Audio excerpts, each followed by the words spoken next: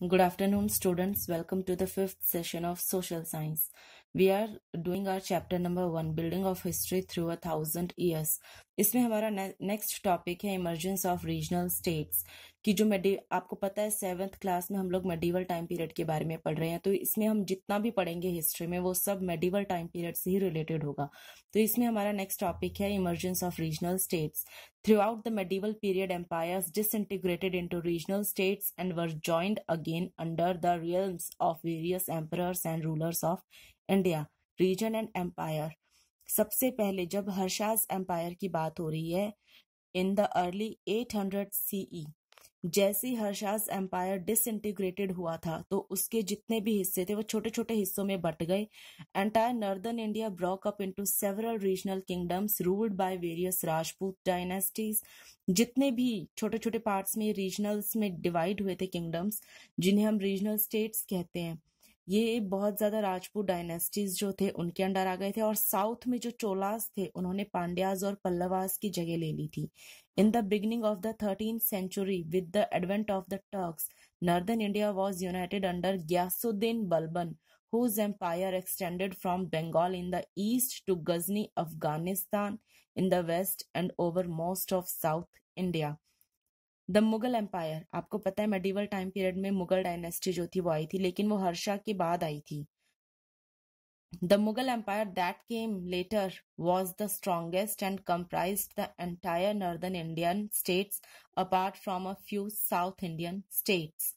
18th century में during the later part of the Mughal rule in the early 18th century, the chieftains of the Mughal Empire became independent and once again regional states were formed and remained so till the whole country came under the British rule in the middle of the 19th century.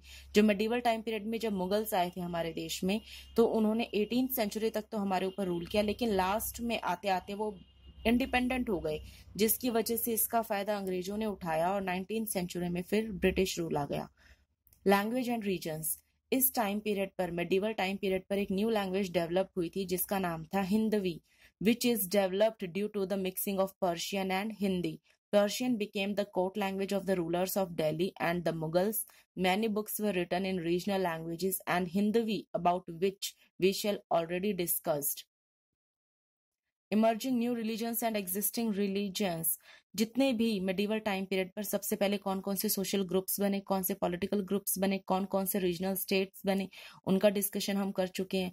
इस time period पर कौन कौन से new religions बने और जो पहले से ही एग्जिस्टिंग रिलीजन्स थे उनमें क्या क्या बदलाव आए। First is revival of Brahmanism. Important changes occurred in the Hindu religion, including worship of new deities, construction of temples, and increase in the importance of Brahmins as the dominant group in the society.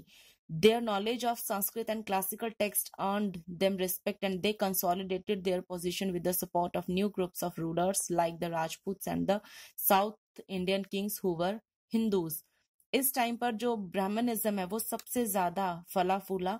जो उससे पहले Buddhism का जो हमारे ऊपर cultural influence था वो बिल्कुल खत्म हो गया। बुद्धिज्म धीरे धीरे खत्म होने लगा, उसकी जगह ब्राह्मणिज्म जो है वो दोबारा से डेवलप हो गया। एंशियंट टाइम पीरियड पर जो ब्राह्मणिज्म था वो जितना फला फूला था, मेडिवल टाइम पीरियड में आने के बाद भी जो हिंदू रिलीजन है उसमें फिर से ब्राह्मणों को बहुत ज्यादा इंपॉर्टेंस देने लग गए। इवन जो ग्रुपिज्म था, जितने भी इन्होंने ग्रुप्स डिवाइड किए थे, अलग अलग सोसाइटीज को ग्रुप में बांटा था, उसमें ब्राह्मणों को सबसे ऊंचा दर्जा दिया। नेक्स्ट इज भक्ति movement. The social changes that happened in medieval India due to the emergence of new social groups and subcaste in turn gave rise to the Bhakti movement. भक्ति मूवमेंट का शुरू होने के पीछे रीजन यही था कि मेडिवल टाइम पीरियड में आने के बाद जितने भी सोशल ग्रुप्स थे वो सब कास्ट में डिवाइड हो गए। पिछले लेक्चर में हमने ये पढ़ा था कि जो ग्रुप्स थे अलग अलग जातियां बना दी गई, लोगों को उनके प्रोफेशन के हिसाब से अलग अलग कैटेगरीज में कैटेगराइज्ड कर दिया, जिससे जैसे ही एक सबकास्ट बनी लोगों में भेदभाव की भावना कुछ ज्यादा ही बढ़ गई, जिसमें लोगों को मंदिर में प्रवेश करने पर भी उन्हें मना कर दिया जाता था। फिर इसको ठीक करने के लिए भक्ति मूवमेंट चलाया गया जिसमें पार्टिसिपेट किया था बहुत सारे संतों ने, like Kabir, Mirabai, Ravidas, Tukaram. Advent of Islam, आपको पता है कि हम लोग इस टाइम पीरियड में मुगल टाइम पीरियड के बारे में पढ़ रहे हैं। मेडिवल टाइम पीरियड रिलेटेड ही मुगल से था, जिसमें कुरान के बारे में जिक्र किया जाता है, लेकिन इसमें मुस्लिम्स को 2 पार्ट्स में डिवाइड कर दिया था, Sunnis and Shias. The Sunnis follow the Sunnas और traditions of prophet Muhammad, and the Shia sect believe that Ali, the son-in-law of Prophet Muhammad, is the legitimate leader of the Muslim community. लेकिन इसके साथ साथ Sufism नाम का भी एक धर्म आया जो बुद्धिज्म और हिंदुइज्म का मिक्सचर था. Sufism was able to attract many Hindus to Islam as it did not believe in social class and treated every human being as equal. Sufism एक ऐसा धर्म था जिसमें हिंदुइज्म और बुद्धिज्म का तो मिक्सचर था, लेकिन इसने बहुत ज्यादा हिंदूज को भी अपनी तरफ अट्रैक्ट किया क्योंकि ये सोशल क्लास में कोई भी भेदभाव नहीं करता था और इसने सभी लोगों को इक्वली ट्रीट किया.